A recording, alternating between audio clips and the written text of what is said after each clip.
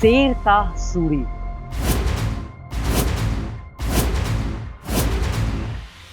एक नाम जिसकी गूंज आज भी हिंदुस्तान की मिट्टी में, किलों की टूटी दीवारों में, पुरानी सड़कों की धूलों में सुनाई देती। पर कहानी की शुरुआत किसी ताजपोश बादशाह से नहीं होती। कहानी शुरू होती है एक गरीब पठान लड़के से, एक ऐसा बच्चा जिसे उसके अपने बाप ने घर से निकाल दिया। निकल जा मेरे घर से।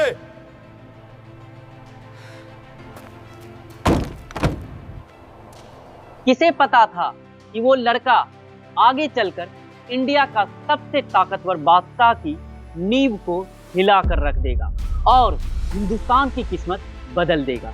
ये वही हिंदुस्तान था जहां सबसे पहला मुसलमान हमला महज 17 साल के एक लड़के ने किया था। आगे बढ़ो।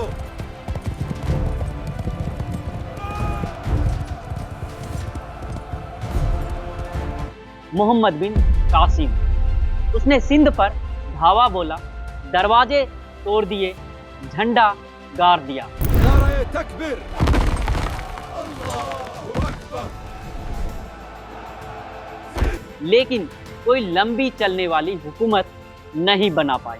फिर आया महमूद गजनवी। बार बार हमले किए, बार बार लूटमार की, सोने के मंदिर तोड़े, खजाने खाली किए, लेकिन हिंदुस्तान पर कोई स्थायी राज नहीं जमा। फिर आया मोहम्मद गौरी और यहीं से पहली बार दिल्ली सल्तनत की बुनियाद को रखा गया। ममलूक वंश, खिलजी वंश, सुल्तानों की एक लंबी कतार चली आई और वक्त घूमता घूमता एक ऐसे मोड़ पर पहुंचा जहां हिंदुस्तान की सबसे बड़ी सल्तनत बनी द मुगल एम्पायर।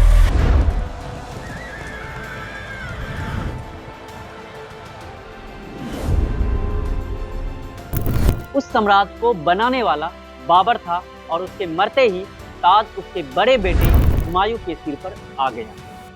एक दिन दिल्ली के शाही महल में हुमायूं के दरबार का दरवाजा धड़ाम से खुलता है। एक डरा हुआ वजीर दौड़ते हुए भीतर आता है। बादशाह सलामत, शेर खान ने पूरा बंगाल अपने कब्जे में ले लिया। शेर खान ने पूरा बंगाल अपने कब्जे में ले लिया है। दरबार की सांसें थम जाती है। हुमायूं कुर्सी पर टिकता है, मुस्कुराता है, फिर हंस पड़ता है। कौन सा शेर खान?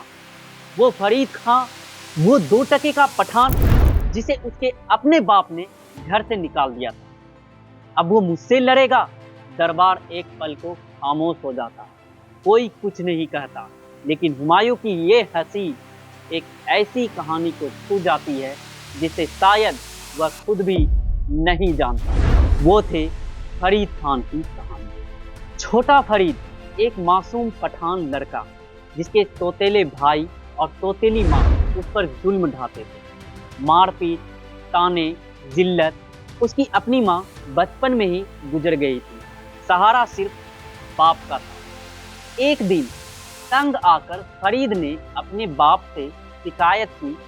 अन्याय, जुल्म, दर्द सब बयां कर दिया।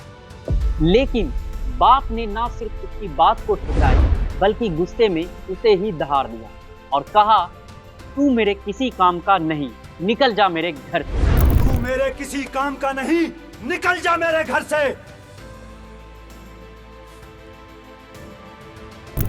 सिर्फ 15 साल की उम्र, एक गठरी, कुछ सपने और बहुत सारा दर्द लेकर वह लड़का घर से निकल गया।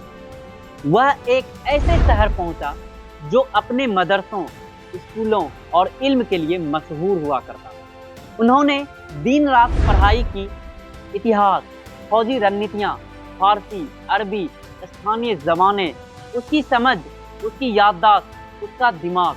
टीचर उसे देखकर दंग रह गए। धीरे धीरे उस लड़के की काबिलियत की कहानियाँ गली कुचों से निकलकर हुकूमत के कानों तक पहुंची और एक दिन उस शहर के गवर्नर ने उसे अपना एडवाइजर बना लिया। उसे लगा ये बच्चा किताबों वाला है, कलम का उस्ताद है, जंग वंग क्या समझेगा। लेकिन फिर वक्त ने सब बदल दिया। एक दिन जब दोनों जंगों में गए, जंग के मैदान में खून, धूल और चीखों के बीच उसी फरीद की तलवार चमक पड़ी। हमला करो शेरशाह, आगे बढ़ो।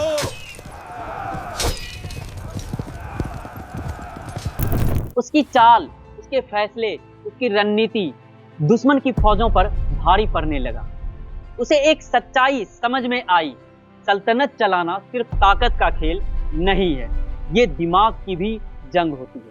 शासन चलाना ताकत का खेल नहीं, ये दिमाग की भी जंग होती है। यही उसका असली टर्निंग पॉइंट था। यहीं से फरीद खां बनने लगा। लेकिन वक्त फिर पलटा, गवर्नर मर गया, नया गवर्नर आया और फरीद को मामूली क्लर्क बना दिया। ना इज्जत, ना औधा और ना ही कोई भविष्य उसे दिख रहा था। फरीद समझ गया अब यह जगह उसके सपनों के लायक नहीं, और फिर वह आगरा आ गया और वहां बाबर की सेवा में शामिल हो गया। वहां बैठकर उसने मुगल साम्राज्य को बहुत गौर से देखा, उनकी फौज, उनकी कमजोरियां, उनकी ताकत, सब उसके दिमाग में नक्श होने लगा। बाबर भी उसकी जहानत से इम्प्रेस था, यहाँ तक कि उसने उसके बाप की छीनी हुई जायदाद वापस दिलवा दी। लेकिन एक दिन शाही दावत में सब कुछ बदल गया। सब लोग खाने पर बैठे थे, प्लेटें सजी थी, गुफ्तगू चल रही थी। मुझे उम्मीद है कि आपको दावत पसंद आ रही होगी। अचानक फरीद ने अपना खंजर निकाला और उसी से खाने को काटने लगा। ये क्या हो रहा है? देखो, उसने खंजर इस्तेमाल किया। कितना बहादुर आदमी है। बाबर की नजर उस पर पड़ी, उसके चेहरे का रंग बदल गया। गिरफ्तार करो इस लड़के को, बाबर गरजा। इसकी आंखों में मुझे पठानों का वो तेवर दिख रहा है जिसमें एक दिन बादशाह बनने के आसार हो। गिरफ्तार करो इस लड़के को। फरीद समझ गया अब यहाँ रुकना खुद की मौत बुलाने जैसा है, और उसी रात वो चुपचाप भाग निकला। पकड़ो उसे। इसमें पठानों का वो तेवर दिख रहा है जिसमें बादशाह बनने के आसार हैं। वह बिहार पहुंचा, वहां के सुल्तान का एडवाइजर बन गया और उसके बेटे का उस्ताद भी बन गया। एक दिन सुल्तान शिकार के लिए निकला। घने जंगल, ऊंचे पेड़, सन्नाटा। अचानक एक बड़ा जंगली शेर सामने आ गया। घोड़े बिदक गए, फौजी पीछे हट गए, डर हर तरफ दौड़ गया। लेकिन एक लड़का अकेला वहीं खड़ा रहा। शेर ने गर्जना स्टार्ट किया और सीधा हमला किया।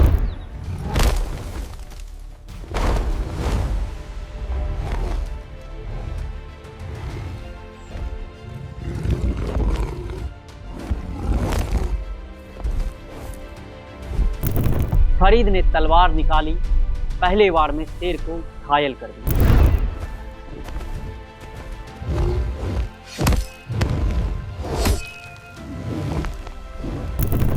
गुस्से में पागल हुआ शेर दूसरी बार और भी ज्यादा खतरनाक होकर उन पर झपटा। इस बार फरीद की तलवार सीधे शेर के सिर में उतार दी गई।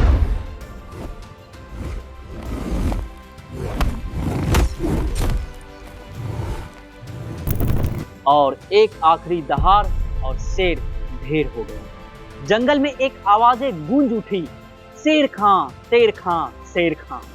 शेर खान, शेर खान। उसी दिन फरीद खां बन गया शेर। लेकिन उसकी किस्मत फिर एक नई मोड़ पे लाई।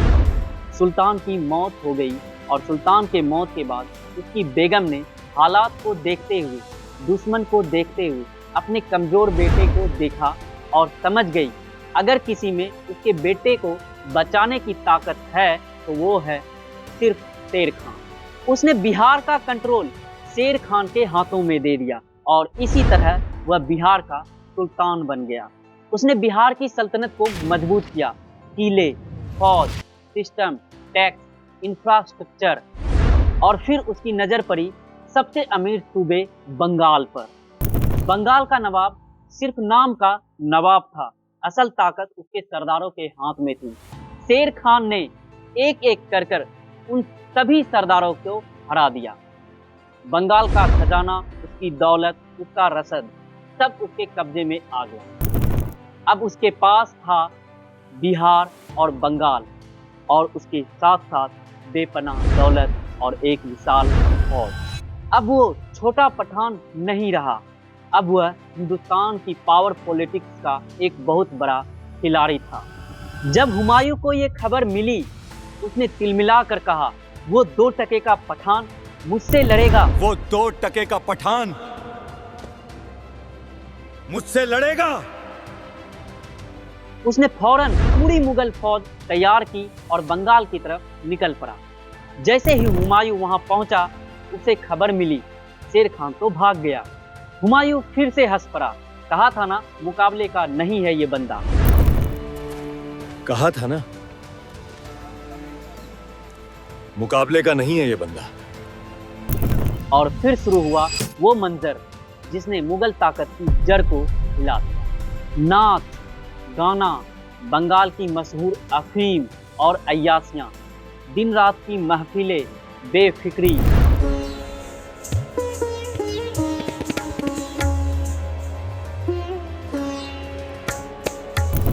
नशीली धुनें, लेकिन उसे ये नहीं पता था ये सब, यही अफीम, यही नाच, यही रंगीनियां शेर खान के जासूस ही उन्हें मुहैया करवा रहे थे। शेर खान भागा नहीं था, ये तो उसकी चाल थी कि रास्ता खाली छोड़ दो ताकि हुमायूं बंगाल के भीतर और भीतर चला जाए। और जैसे ही हुमायूं मौज मस्ती में डूबा, शेर खान ने रास्तों, दर्रों, पुलों सब पर अपना कब्जा कर लिया। कुछ समय बाद हुमायूं को खबर मिली, बादशाह सलामत, हम तो घिर गए हैं। अब हुमायूं जो कल तक हंस रहा था, आज भाग रहा था। रात के सन्नाटे में, कपकपाती रोशनी में मुगल फौजें पीछे हटने लगी।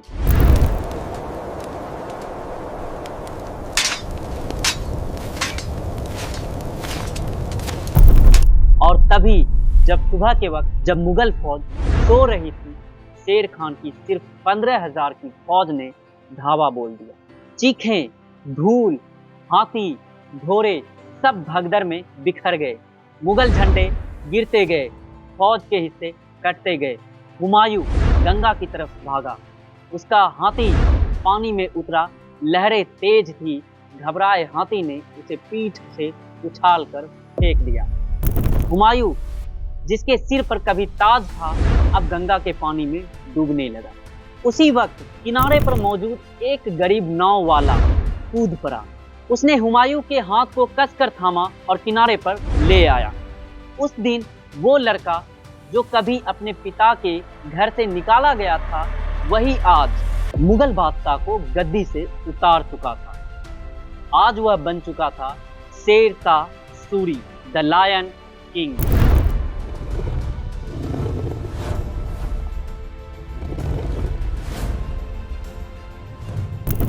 उस जंग के बाद हुमायूं के पास ना फौज बची, ना पैसा। उसके भाई जो कभी उसके साथ थे, आज उससे नाराज थे। हार के बाद राजस्थान ने उनके लिए दरवाजा बंद कर दिया। सिंध ने भी उसे ठुकरा दिया। हर तरफ से ठुकराया हुआ हुमायूं आखिरकार ईरान की तरफ भागने लगा। उधर शेर शाह सूरी हिंदुस्तान का सबसे ताकतवर बादशाह बन चुका था। शेर शाह का शासन सिर्फ 5 साल का था, लेकिन वो 5 साल इतने ताकतवर, इतने असरदार थे कि लोगों ने उसे 50 साल के बराबर याद रखा। उसने हिंदुस्तान को एक नया चेहरा दिया।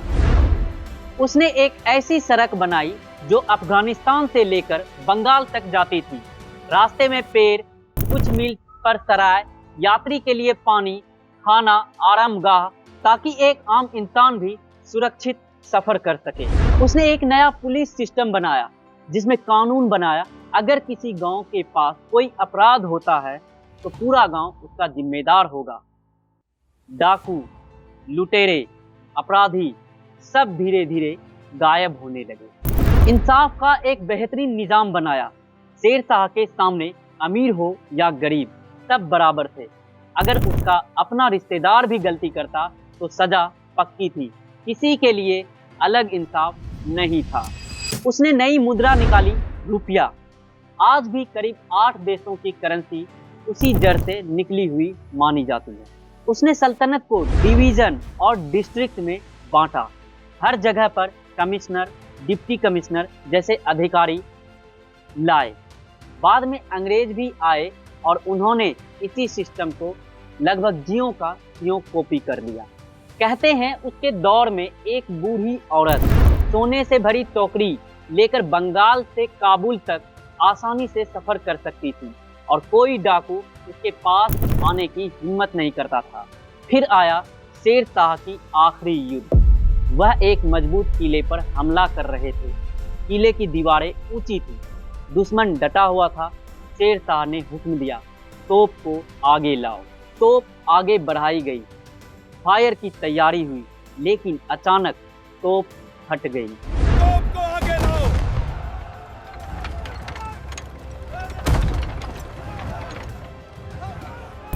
एक भयंकर धमाका हुआ जिसमें धुआं, चीखे